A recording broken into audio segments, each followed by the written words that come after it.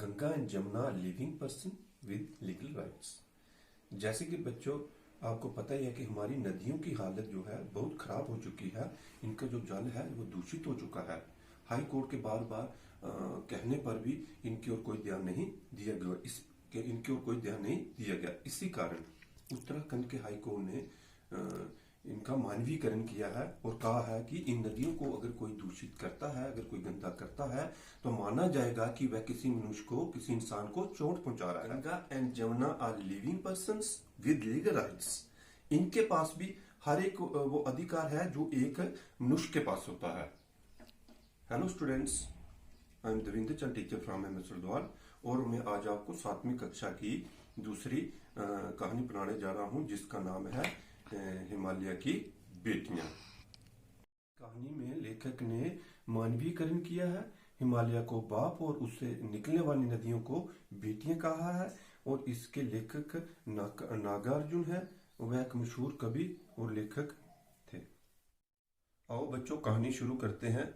अभी तक मैंने उन्हें दूर से देखा था। बड़ी गंभीर, शांत, अपने में खोई हुई लगती थी। सम्राट महिला की भांति वह प्रतीत होती थी। उनके प्रति मेरे दिल में आदर और श्रद्धा के भाव थे। माँ और दादी, मौसी और मामी की गोद की तरह उनकी धारा में डुबकियां लगाया करता।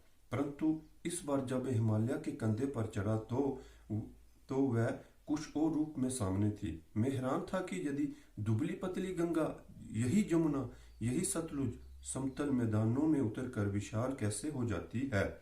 इनका उछलना और कूदना, खिलखिलाकर लगातार हंसते जाना, इनकी ये भाव भंगी, इनका ये उल्लास कहाँ गायब हो जाता है। मैदान में जाकर किसी लड़की को जब मैं देखता हूँ, किसी कली पर जब मेरा ध्यान अटक जाता है, तब भी इतना कौतूहल और विस्मय नहीं होता जितना कि इन बेटियों की बाल लीला देखकर।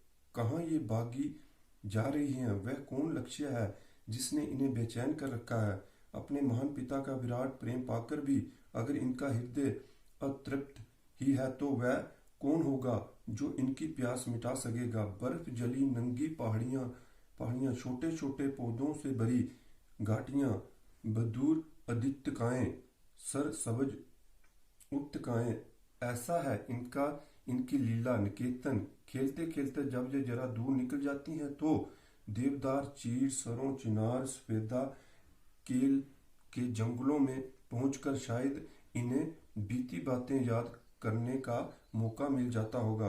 कौन जाने बूढ़ा हिमालय अपने इन नटखट बेटियों के लिए कितना सिर गुनता होगा। बड़ी बड़ी चोटियों से जाकर पूछिए तो उत्तर में विराट मौन के सिवाय उनके पास और रखा ही क्या है। सिंधु और ब्रह्मपुत्र। देखो बच्चों, सिंधु और ब्रह्मपुत्र ये दो ऐसे नाम हैं जिनके सुनते ही रावी, सतलुज, ब्यास, चनाब, झेलम, काबुल, कपिशा, गंगा, जमुना, सरयू, गंडक, कोसी आदि हिमालय की छोटी बड़ी सभी बेटियां आंखों के सामने नाचने लगती हैं। वास्तव में सिंधु और ब्रह्मपुत्र समय कुछ नहीं है। दयालु हिमालय के पिघले हुए दिल की एक एक बूंद न जाने कब से इकट्ठा होकर इन दो महंतों के रूप में समुद्र की ओर प्रवाहित होती रही हैं। कितनी सौभाग्यशाली हैं वह समुद्र जिसे पर्वतराज हिमालय की इन दो बेटियों का हाथ पकने का श्रेय मिला, जिन्होंने मैदानों में ही इन नदियों को देखा होगा। उनके ख्याल में शायद ही ये बात आ सके कि बूढ़े हिमालय की गोद में बच्चियां बनकर ये कैसे खेला करती हैं। माँ बाप की गोद में नंग गड़ंग होकर खेलने वाली इन बालिकाओं का रूप पहाड़ी आदमियों के लिए आकर्षक भले ना हो, लेकिन मुझे तो ऐसा लुभावना प्रतीत हुआ वह रूप की वह हिमालय को ससुर और समुद्र को उसका दामाद कहने में कुछ भी झिझक नहीं होती हैं। कालिदास के विरही यक्ष ने अपने मेघदूत से कहा, वेत्रवती वेतवा नदी को प्रेम का प्रतिदान देते जाना, तुम्हारी वह प्रेयसी तुम्हें पाकर अवश्य ही प्रसन्न होगी। ये बात इन चंचल नदियों को देखकर मुझे अचानक याद आ गई और सोचा कि शायद उस महाकवि को भी नदियों का सचेतन रूप पसंद था।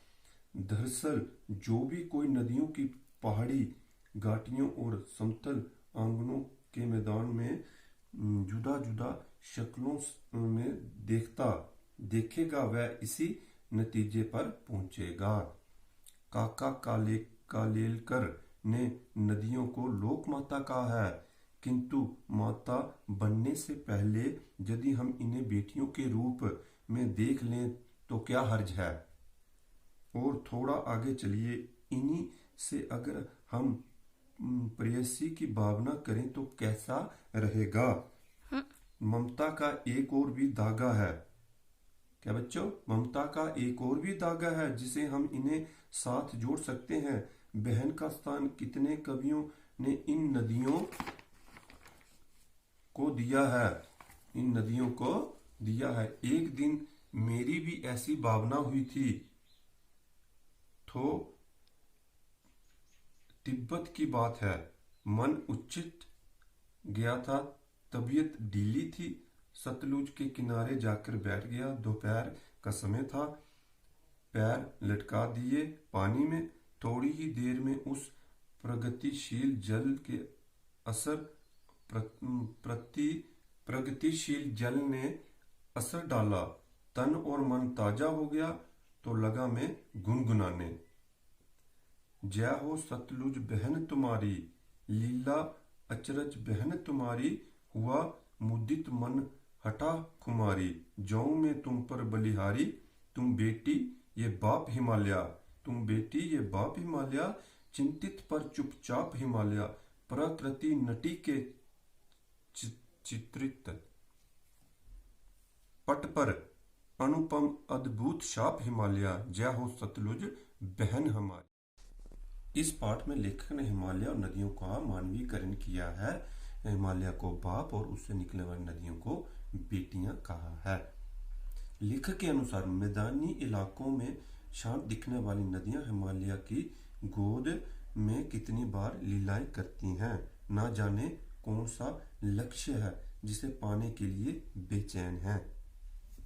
लेखक के अनुसार समुद्र हिमालय का दामाद है, क्योंकि हिमालय से निकलने वाली सिंधु और ब्रह्मपुत्र आगे जाकर समुद्र में मिल जाती हैं। काका कालेलकर ने नदियों को लोक माता कहा है, किंतु माता बनने से पहले यदि हम इन नदियों को बेटी के रूप में देखें तो हर्ज ही क्या है।